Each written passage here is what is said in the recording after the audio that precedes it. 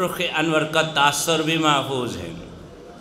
ہاں ہاں دیکھو نا، یہ کون سا موقع ہے؟ یہ جیش اسرا کا موقع ہے، یہ تبوک کے غزوے سے پہلے چندے کا موقع ہے۔ محبوب صلی اللہ علیہ وسلم اپنے منبر پہ تشریف فرما ہے، بار بار ترغیب دے رہے ہیں، صحابہ کرام چندہ لا رہے ہیں، آپ صلی اللہ علیہ وسلم کے قدموں میں نشاور کر رہے ہیں۔ ایک بوڑھی آتی ہے، اپنی کیا کہتے ہیں اس کو، بالوں کی ایک لٹ کاٹ کے لاتی ہے، کہتی ہے میرے پاس اور کچھ نہیں، ان بالوں سے کسی مجاہد کے جوتے کا تسمہ بنا لیجیے۔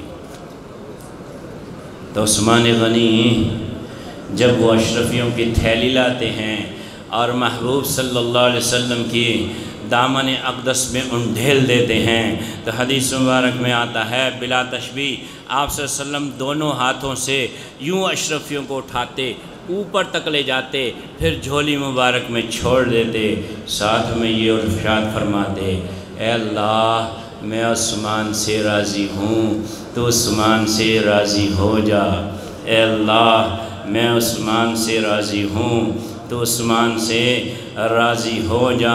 تو روایت میں آتا ہے کہ خوشی سے آپ کے یہ جو گال مبارک تھے، رخسار مبارک تھے، بلا تشبیہ یہ یوں لال ہو گئے تھے جیسے ان پہ انار نچوڑ دیا گیا ہو، جیسے ان پہ انار نچوڑ دیا گیا ہو۔ تو تاثر بھی رخ انور کا محفوظ ہے۔ جی بس کرو، میری مرضی کا نہ کہیں، آپ ارشاد فرمائیں۔ جی 2 منٹ، اچھا اچھا،